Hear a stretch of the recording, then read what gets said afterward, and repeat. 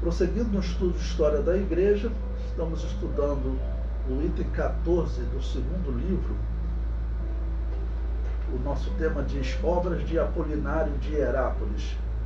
Bom, vamos lembrar quem é Apolinário de Herápolis e o período da história que nós estamos estudando, né? Estamos estudando o ano 180 da era cristã, foi um ano que teve muitos eventos, muitas obras. Nós lemos as obras de Irineu de Lyon, que nesse período está descrevendo que o pentecostalismo era normal nas igrejas, tá bom? E tinha uma igreja pentecostal, que era chamada de Nova Profecia, e nós vimos que Apolinário de Herápolis, ele se opôs a essa igreja. Disse até que participou de um debate com eles, mas no seu texto, que foi preservado por Eusébio de Cesareia, não tem nenhum comentário sobre qual tema ele debateu com aqueles pentecostais. No item 13 nós estudamos essa parte da vida de Apolinário. Agora, como ele escreveu outros textos que foram preservados, eu quero fazer uma análise desses textos com vocês.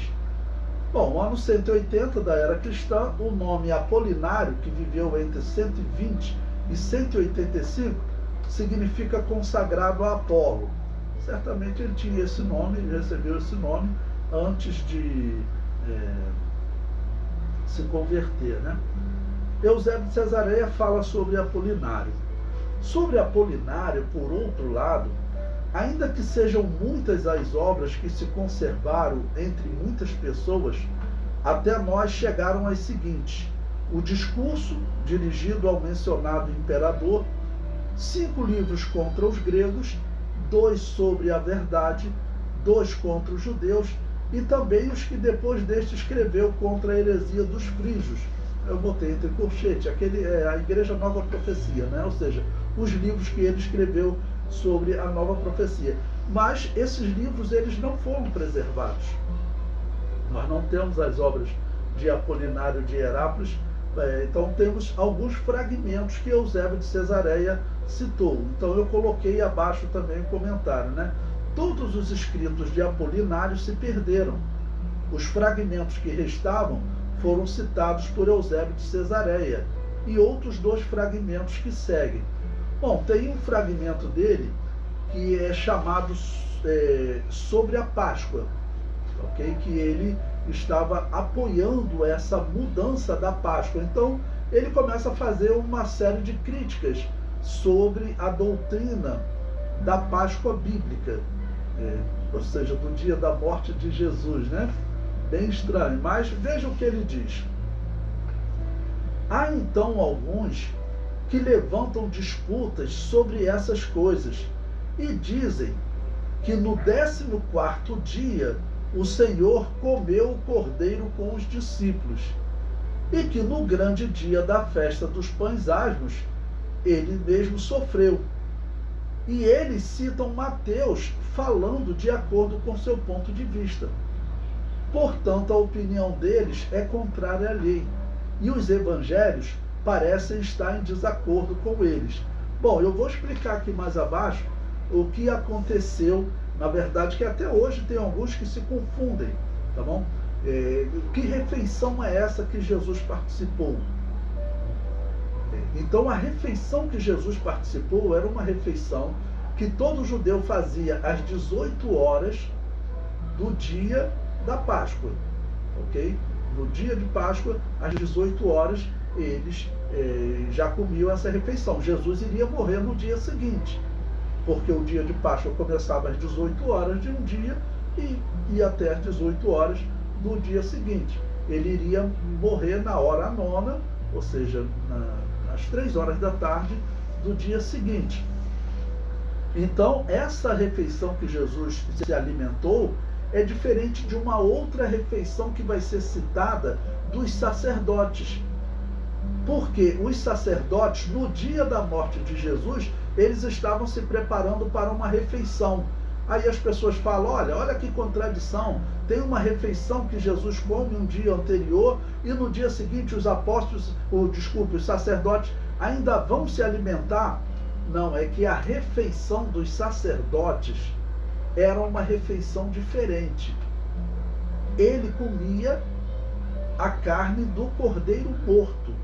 Então, essa refeição que João trata é, na verdade, uma refeição especial dos sacerdotes que eles comeriam após o sacrifício do cordeiro. Eles deveriam comer essa carne.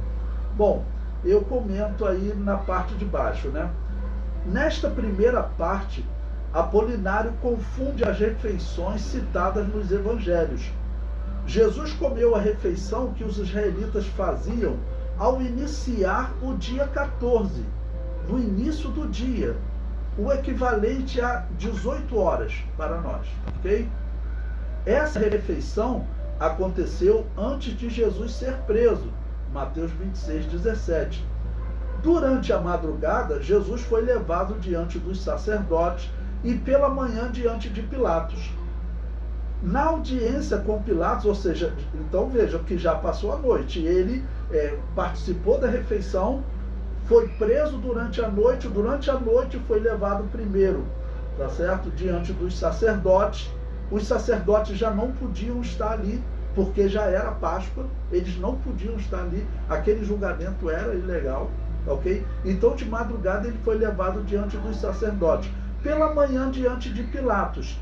Na audiência com Pilatos, João diz que os sacerdotes não entraram na audiência para não se contaminarem e poderem comer a Páscoa. Essa segunda refeição da Páscoa, citada em João, é que confunde alguns. Mas aqui está falando da refeição dos sacerdotes, que era uma refeição específica. Eles comiam, tá ok? Uma refeição que eles faziam após o sacrifício do cordeiro. Tá bom?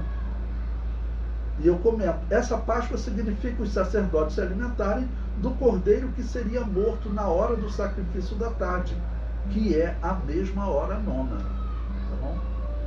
Então, bom, no texto anterior que nós analisamos dele, eu falei com vocês, critiquei Apolinário por ele, na verdade, não apresentar nada do que ele debateu com os pentecostais.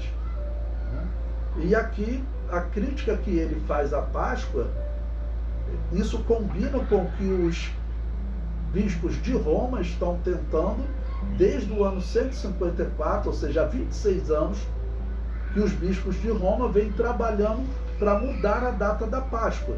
Eles não podiam fazer essa mudança. A data da Páscoa é algo profético. Nós estamos vendo o tempo passando e aí estamos vendo, olha que interessante, um adversário da igreja pentecostal é mais um que está contra seguir a data da Páscoa como está estabelecido na Bíblia. Tá bom? Bom, Apolinário prossegue. O 14º dia, a verdadeira Páscoa do Senhor, o grande sacrifício, o Filho de Deus, em vez do cordeiro que foi amarrado, que amarrou os fortes e que foi julgado, embora juiz dos vivos e dos mortos, e que foi entregue nas mãos dos pecadores para ser crucificado, que foi levantado nos chifres do unicórnio e que foi perfurado em seu lado santo, que derramou de seu lado os dois elementos purificadores, água e sangue, palavra e espírito, e que foi sepultado no dia da Páscoa, sendo a pedra colocada sobre um túmulo. Então eu comento até o que ele fala aqui de chifres do unicórnio. Ele até descreve, né?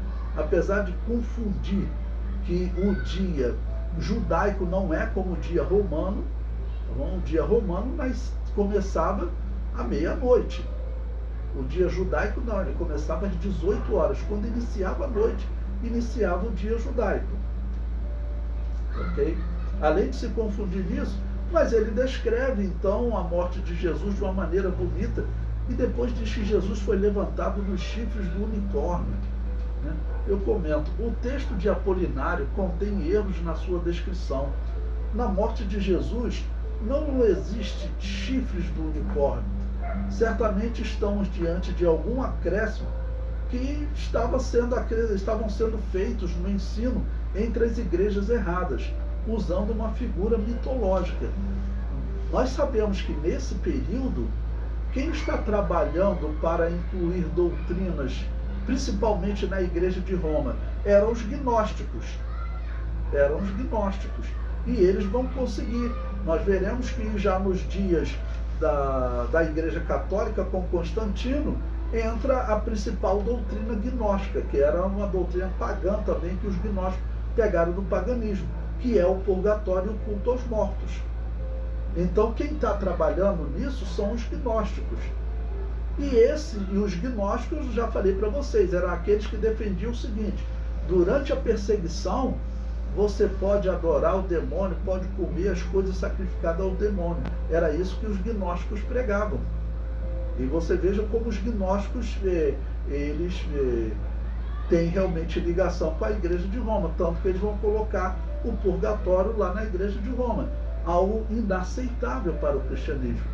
Mas quantos milhões e milhões e milhões de almas estão sendo enganados, mas por essas ações dos gnósticos.